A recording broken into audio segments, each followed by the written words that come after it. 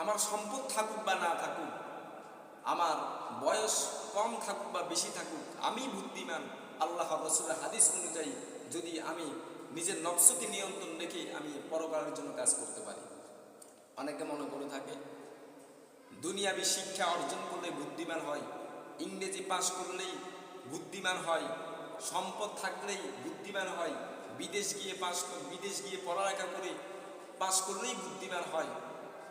আমরা বুদ্ধির মাপকাঠি এগুলোকে দিয়ে থাকি, অথচ আল্লাহর রাসূল এগুলোকে দেন নাই।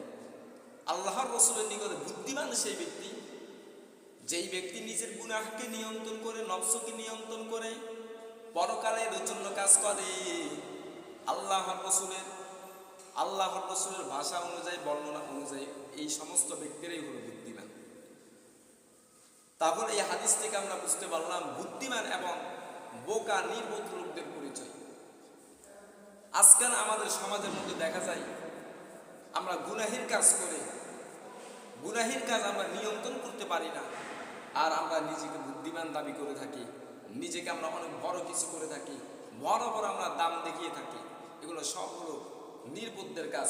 যদি আপনার সম্পদ থাকুক, যদি আপনার টাকা থাকুক, যদি আপনার বয়স থাকুক, যা হোক আমার ভাই, তাহলে আজ থেকে এখন থেকে আমরা বুঝতে পারলাম বুদ্ধিমান এবং নির্বুদ্ধ লোক কারা। বুদ্ধিমান এবং নির্বুদ্ধ লোকদের পরিচয় এইখান থেকে আমরা বুঝলাম। তাহলে আজ থেকে এখন থেকে আমরা পরকালের জন্য প্রথম কাজ হলো গুনাহের কাজ থেকে বিরত থাকবো। গুনাহের কাজ থেকে আমরা বিরত হয়ে পরকালের জন্য আমরা কাজ করব। এখন কথা হলো গুনাহের কাজ নফসকে নিয়ন্ত্রণ কিভাবে করব।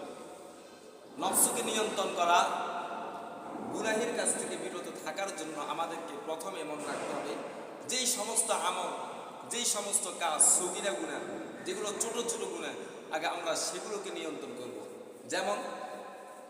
যেমন আমাদের একটা বদ অভ্যাস হলো, আমাদের মধ্যে একটা বদ অভ্যাস হলো হিংসা। এটা একটা মারাত্মক গুনাহ, মারাত্মক নফসের কাজ। এই হিংসাকে আমরা নিয়ন্ত্রণ রাখতে হবে। এই হিংসাকে যদি আমরা নিয়ন্ত্রণ না রাখি, তাহলে আমরা যতই নেকা আমল করি, পরকালের জন্য কোনো নেকা আমল করলে সেই নেকা আমল আমাদের গ্রহণযোগ্য হবে না।